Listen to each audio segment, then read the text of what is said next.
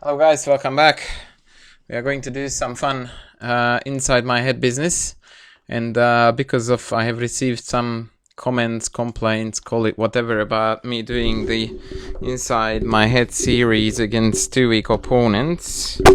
I specifically challenged above 2100, and as my rating starts to go up, I'm going to increase my opponent's ratings as well, so that we look good.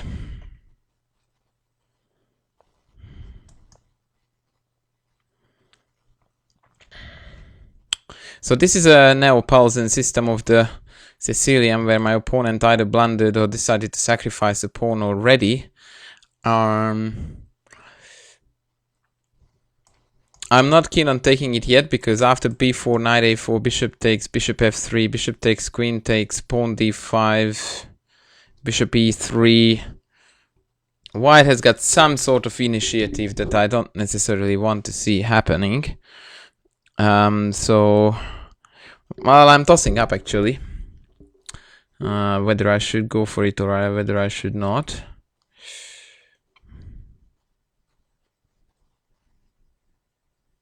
Yeah, let's go for it.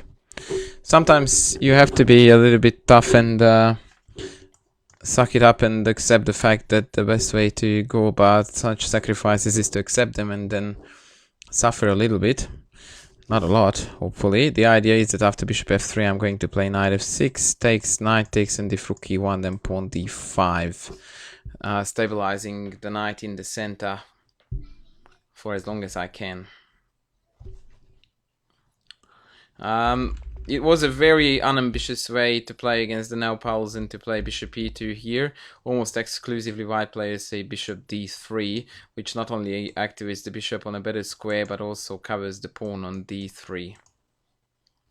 The fact that he keeps on thinking here tells me that he actually blundered the pawn instead of sacrificing it, so yeah. Now rook e1 obviously wanted to expose my bishop to lots of discovered attacks by moving the bishop away. Now I'm hoping to be able to patch up everything in the center by a timely d5.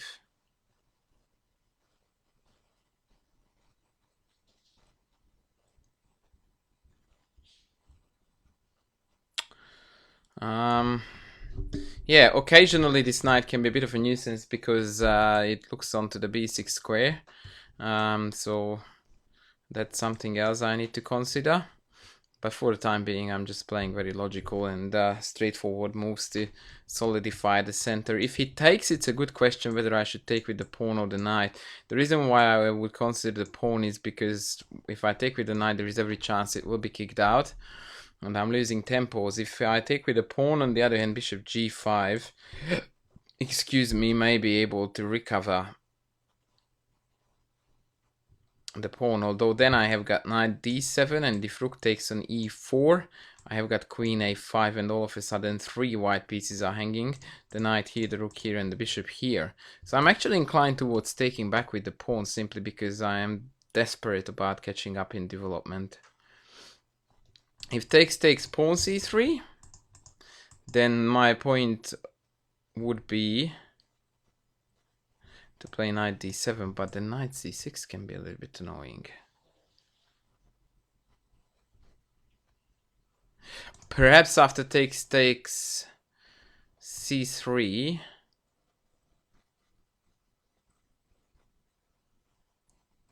I just need to play something like queen c7 to move out of this knight c6 business. And if then takes, bishop takes, and I should be a-okay there.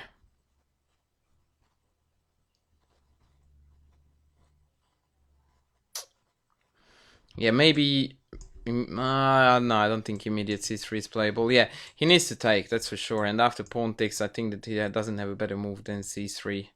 And in that point, I will start to think about what the best way might be to deal with the story. Actually, I might even have queen d5 in that. Oh no, I don't, because of knight b6. Yes, I'm talking nonsense.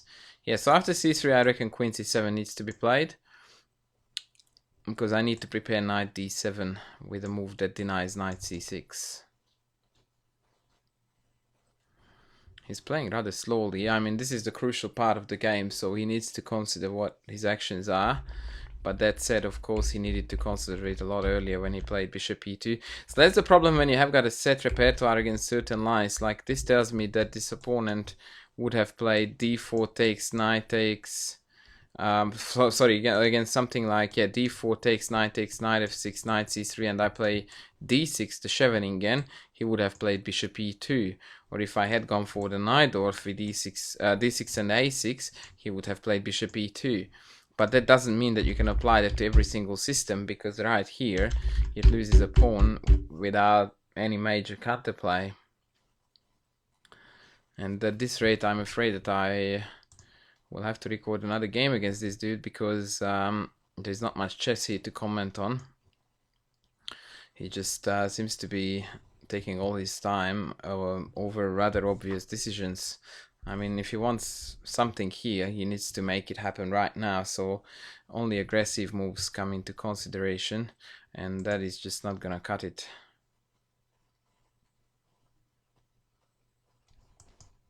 I'm trying to tempt him into the previous line that I was talking about by take, rook takes, when I have got queen a5, hitting the bishop, releasing the pin, thereby hitting the rook, and also hitting this knight here.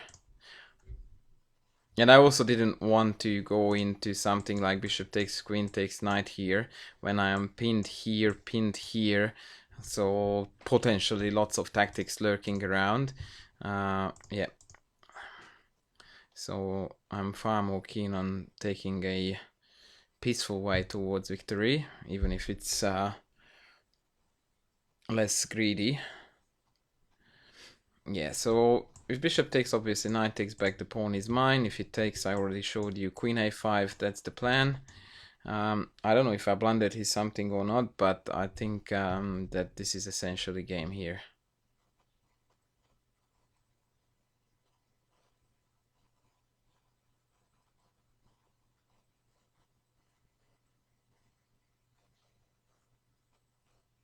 Yep, I don't see anything he can do here. I was looking at knight e6 as probably his best choice to stir things up a bit.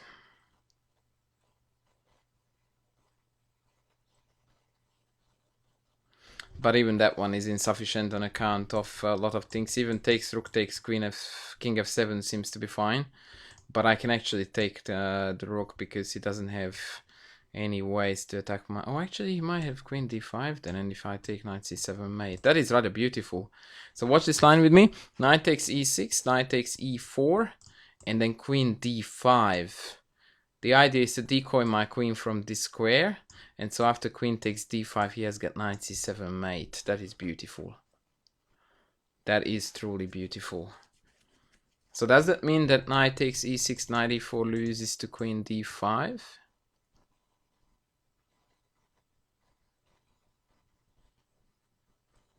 Or maybe I can do something like knight c5 blocking of the 5th rank, but that is beginning to feel really shaky. So then I switch back to knight takes, pawn takes, rook takes, king f7. That still hangs all the 3 pieces that we discussed before. And therefore that must be sufficient to win the game without any headaches. I mean, granted, after knight takes, pawn takes, he can insert a capture here first, and after knight takes, take on e6, so that after king f7, at least the bishop is not hanging, it's only the rook and the knight here. But even that one seems to me to be a dead lost case. What's his name? Mementomori, that sounds like something. MementomoriOK. What is it? Memento Mori. I think there was a movie with that title. Anyhow, so knight takes, pawn takes is his only way to go. Anything else is paramount to resignation. And yeah, he's playing very, very slowly.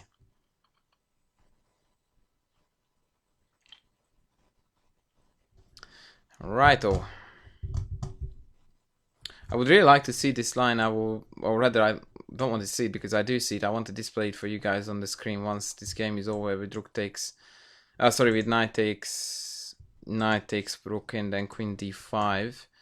Although I still have a feeling that I would be okay in that position. Yeah, that's a bluff. There is no mate here, so I can just freely take this. Yeah, and he lost on time. Alright, let's accept the rematch and see how he does. That was rather poor performance by him. Oh, okay, I'm not happy about this because this is gonna take long. Alright, so Ruy Lopez. Let's see what he has up his sleeve. I tend to play against the Ruy Lopez the d3 side variations to simply avoid theory, which is of course going against my own principles, but to just... oh shoot. And I can't go for takebacks. That was meant to be d4. So now after knight c5 I have got a... okay, he offered me a draw. I'm going to accept it. Alright, so we'll play one more game, but now the colors will switch again. So I'll try a different opening just for the heck of showing you something different. I will do... let's say I will do the French. Hopefully he's going to play something... oh, okay, so he wants to draw twice, which means I'm losing rating like there was no tomorrow. What? And now he's going to leave me? Wow, that's rich.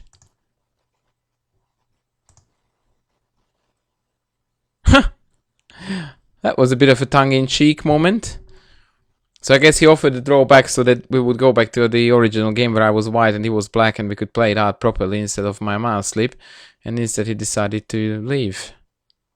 And he's already playing a different game. Wow! Oh no, okay, he came back, cool. So we are going to have an open Ruy Lopez, against which I used to play d3 as well. But not that I mind Ruy Lopez at all. And in fact I do play a fair bit of the main line too, so let's have some fun here. Now against the Ruy Lopez open, which is knight takes e4, d4 is the only decent way to play for an advantage. Rook e1 is auto draw. And in this position after bishop e6, lately I have gone back to my old weapon queen e2. The idea behind queen e2 is that I quickly want to play rook d1 and c4, combating the d5 pawn as best as I can. And there are a number of ways to reasonably easily equalize against this system, but most people only know the main lines with knight d2 and c3, and so it's always a pleasant thing to have a secondary weapon up your sleeve when playing against an opening like this.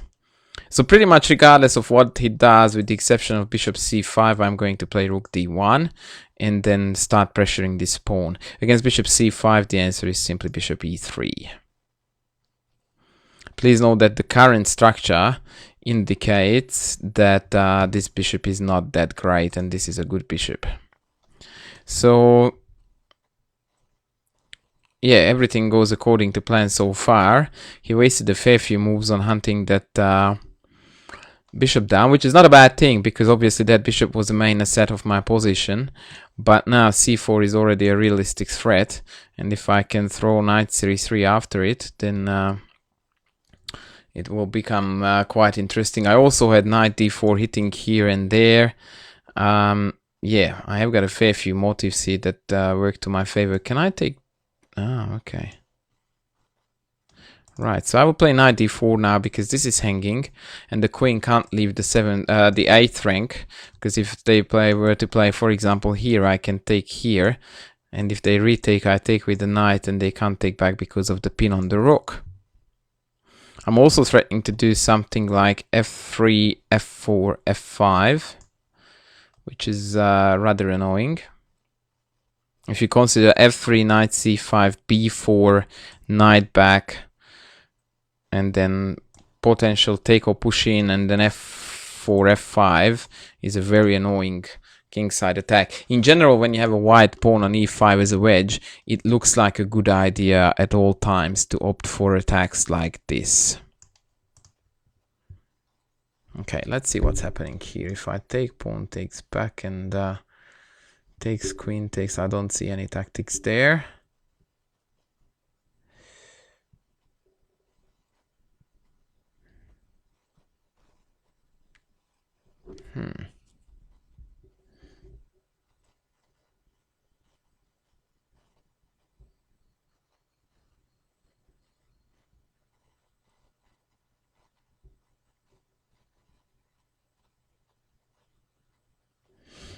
This is actually quite tricky. I'm thinking about f3 as my best option here. And then after knight c5, I'm tossing up between immediate f4 or first do something in the center and then f4. Or even knight c3 is an interesting move there, but then takes becomes possible. But then I can take there. Wow, this is such a complex position. I would really love to have some time here.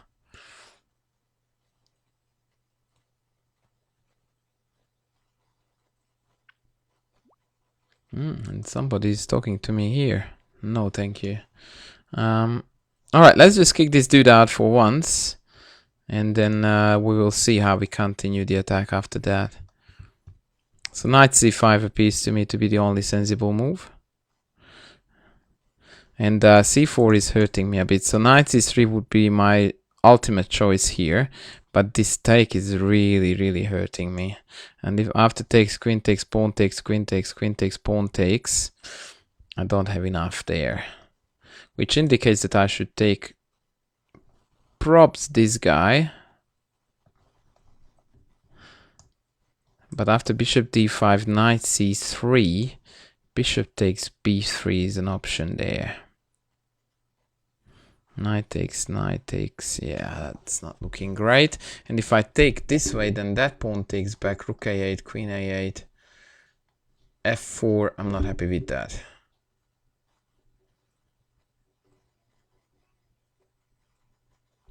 So at last but not at least, I've got b4, knight d7. And then I may have f4. But then pawn takes. Wow, this is such a colossal mess.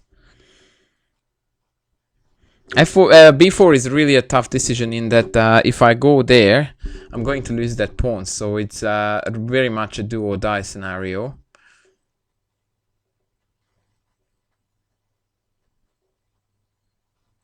A very, very committal move.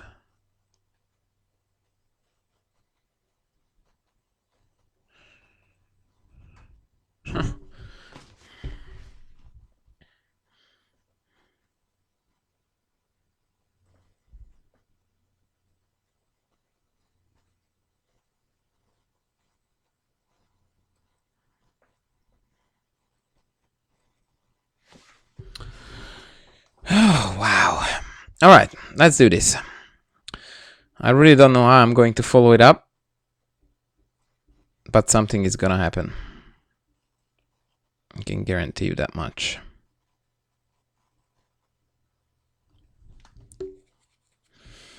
This is actually something that I would really like to look up on with Houdini afterwards. Knight d7, and if c5, a5, f4. God, what a mess. Perhaps g6. This is a colossal, colossal mess. And whilst I normally prefer mess when I am a little bit worse, I certainly do not like mess when I am thinking that I'm doing well. So after knight back cd, bishop d, knight c3 appears to be a legit variation. If bishop b4, knight takes, pawn takes e6, yeah, that's the first time when I'm reasonably happy with what I'm seeing. So I may go for that. However, after c takes pawn, bishop takes knight c3, he will have knight b6, solidifying things on the white squares and threatening my pawn here.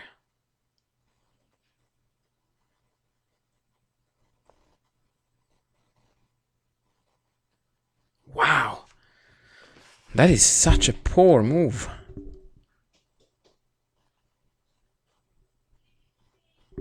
Okay, that is a shocker. I mean, after c5, aren't I winning this knight for free, regardless of what he does?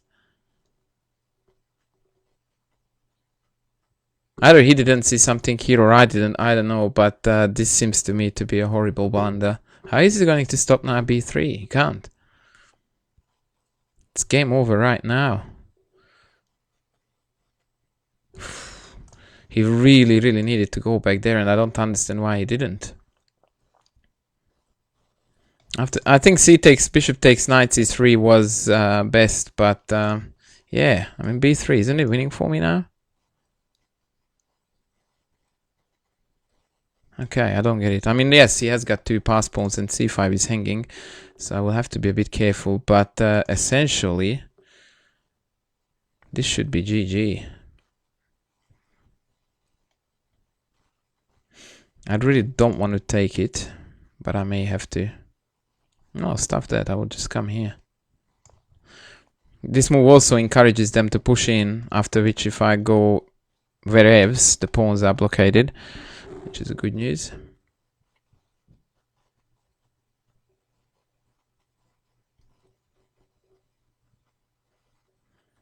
Yeah, this was a very, very poor choice by him. b3 is only. a3 is even worse. Because then I just play bishop e3, knight here, and yeah. That's even worse. I didn't see that one.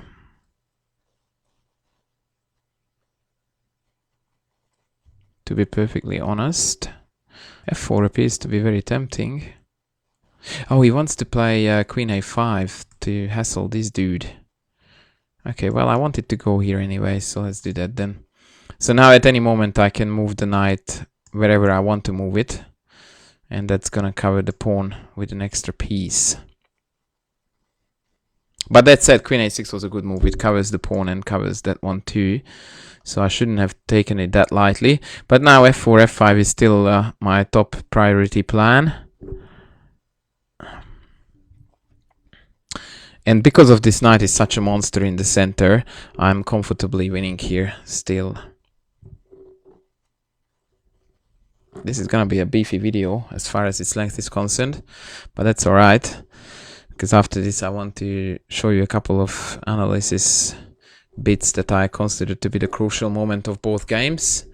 Oh, on a side note, Richard Rapport, the Hungarian Grandmaster, beat Carlsen yesterday or the day before. Site update in progress, that's beautiful. And yeah, that was a great joy to all Hungarians to see, especially because Rapport's form has been yeah, up and down lately. Wow, that is really hardcore asking for this. So yeah, that was a great joy to witness.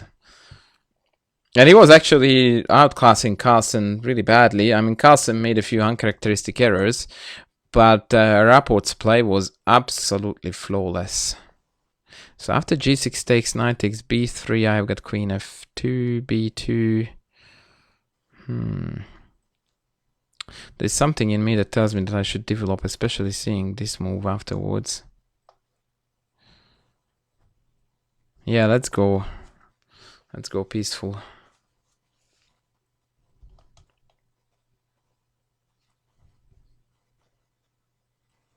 Knight e4 is a cute tactics, although I'm not quite sure what I'm going to achieve with it. Even after takes, I may not have anything. I was planning on takes, king takes, and then a check with the queen, but I don't have one. Wow. Actually, then I may have rook a4, queen takes, queen check, king here, queen takes f7, king g4, queen e6 check, king there, queen back. Surely there is a mate there. I gotta try this, guys. It may turn out to be utter nonsense, but I want to see if this works or not. If it starts with b3, I may be in a world of hurt.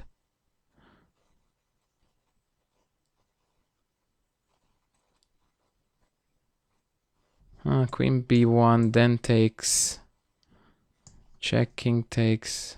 And I have nothing there. Maybe queen takes e4.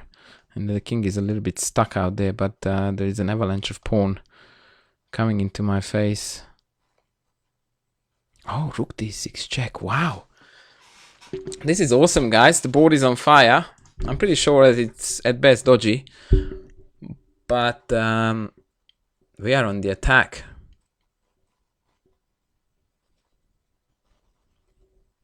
And when we are on the attack, we do wild stuff. Wild things. I wish I could sing. But this guy is going to sit around again forever on his clock, and by the time he wakes up, he's going to be lost on time. Pity.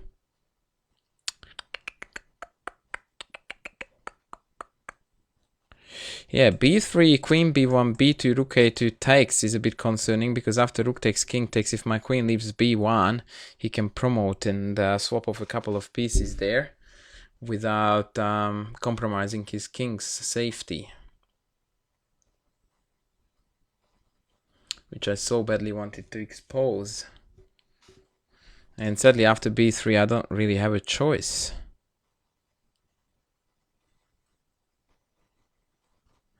But to enter that mess. Oh well.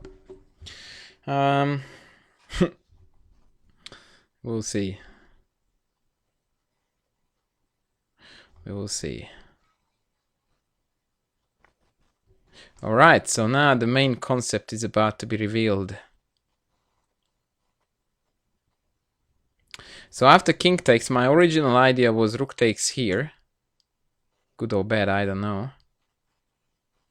I would like to calculate it because I want to do showy stuff. Queen takes c4, I believe, is a forced win for white because rook d6 check is unstoppable as far as I can see. But rook takes, queen check, king here, queen takes f7 check, king here, queen e6 check, king h5, queen h3 check, bishop h4, g4 check, king back, queen takes check, king back, rook d7 check, and I've got mate. That was approximately a 10 move long line. Not that I want to blow my own trumpet here or anything. Wow, rook a4, b3 might hurt me.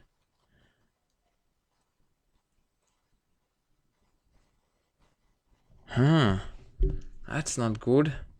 I so want to make this work, guys, but I don't want to risk a move that I know for a fact that is unsound. I never do that stuff. I don't have mate. Rook takes b3, rook takes queen, they take my queen, rook check, king here, and there is no mate there.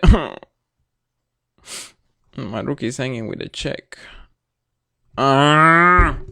Shivers! Rook takes b3. And I can't even go this way. Why does it have to be so cruel? Life that is. And if queen takes, then queen a4, and now my queen is hanging, so I don't have time for check. Bugger!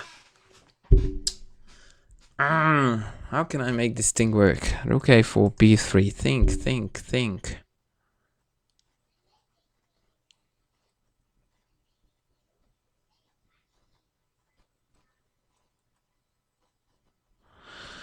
Ah, God, what a pity. Alright, I have to go this way. It breaks my heart, but after rook a4, b3, I can't find a way to maintain my attack.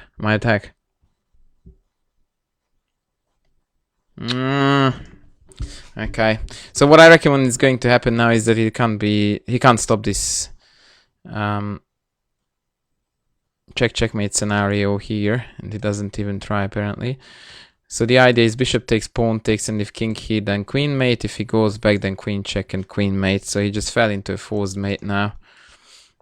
But that was a great pity because I really wanted to do a very cool mate and I couldn't. Oh well, I hope you guys still liked it. It was a fierce attack, if an unsound one, but hey, we can live with that. No. Some buggies climbing on me. Alright, thank you, dude. Gotta go. Let's have a look at... So two things I want to show you very quickly, and then I will be gone. Number one, in this game, my first idea was that he could potentially take me here. Knight here. And in case knight takes here, he had queen d5, a beautiful decoying attack. The concept is that if I take that, then this is mate. What I was thinking was that in this position I may be able to do something like knight c5, covering my queen and still keeping knight c7 under control by this dude, and it might be good enough. So say knight takes, knight takes, knight takes, bishop takes, rook e1 check, and I walk away. Check. Can't take because of the pin. King here, bishop takes, and I guess that I should be able to survive this, but that was not the main plan. So I suppose after knight e6 I would have taken rook takes and king here, and here he doesn't have anything. This is hanging, and he's dead. That would have been my way to go. Now, as for the other game, which proved to be a lot more fun. Oh, come on, don't die on me, leeches, now, please. That would have been... Okay, so here I went a little bit wild, admittedly. Maybe knight d4 right away, theory. I have to look it up. Rook d1, take, bishop e7, c4, c6, knight d4. It may be possible that knight c3 here is best, because after knight takes, pawn takes, I can take on d5 and then play c4 again. But I wanted to go wild, and so I did. f3, b4. So the question here would have been to go back to d7. And after cd, I don't think this is a good move really here, because after something like f4, this bishop is really stuck here, and the pawn is isolated here, and I don't even care if I lose this one. But after bishop takes... Oh, I have knight f5 then. This is the move that didn't occur to me during the game. Okay, that changes things. Because now this is on and he can't castle because that is on, and any other case my next move is going to be knight c3 with another tempo. I should be looking very good here as white, sorry.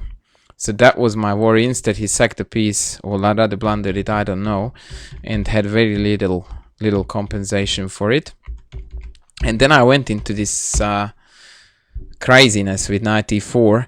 The main idea was that after takes, knight takes, king takes, I wanted to go rook takes here, which turned out to be incorrect. Queen takes, check here, check here, check here, check here, check here, check here, check, and depending on where the king goes, I will go check and mate or check and mate. So that was the variation I calculated rather proudly, but the problem is that when I take on a4 they have b3, and now the other mating pattern that I was hoping to make work was queen e4 here and then rook d6 check, bishop takes, pawn takes check, but that's a discovered check from the queen that is hanging now, owing to the fact that the pawn has moved to b3. So I couldn't execute that devilish plan of mine. By the way, the correct move for black in this position is more likely this than anything else. And after something like... I was thinking about queen b1, but that may not have been the best. But anyhow, keep on pushing the pawn is the way to go, because after something like this, if they take here... Oh, now I will have queen check here. Okay. That's interesting. Alright, so this wouldn't have worked either, because now instead of taking there, I can go check here and enter the previous variation. King has to go there and then I take. Alright, fair enough. So after takes, king takes here, queen e4, rook d6 was my deadly threat. The only way to meet that threat, I believe, would have been something to cover the c7 square one way or another. Maybe here? I mean, he's dead lost, don't get me wrong here. I can even play something like g4, preparing for f5 mate. But probably check, takes, check. Oh yeah, okay, this doesn't work because... Sorry. Check, and now I have mate here. And if he had tried to cover the 7th rank with that rook, still check, takes there, check here. No, actually, this seems to be working for black now. At least to a small extent, because now he didn't get mated. After he can tuck his king away. Although after d7, I'm 100% sure that white is winning. So in this case, I probably would have held the check back and would have tried some other ways to continue the attack. g4, f5, ef, king f. This doesn't seem to be convincing enough because the king will be able to hide there. Although now queen e5 check wins the rook. So in this case, this is how we exploit the weakness of the defense, that if this rook comes up, that leaves that guy unguarded, and thereby making this attack immediately breaking through because we pick up the free rook. Anyway, that was far too much talking from me, guys. I want you to enjoy this whole business. I think the latter definitely was a rather enjoyable game, so I hope that you will take something away from it and you see what a mess is going on through here when I'm actually playing chess. And it doesn't always end as happy as now, but for the time being, it seems like anytime I record a game, I win them. But my opponent definitely didn't live up to the expectations based on his rating, because he defended very poorly in both cases. Alrighty guys, I hope you enjoyed it. I will be back with more soon. Thanks for watching. Bye.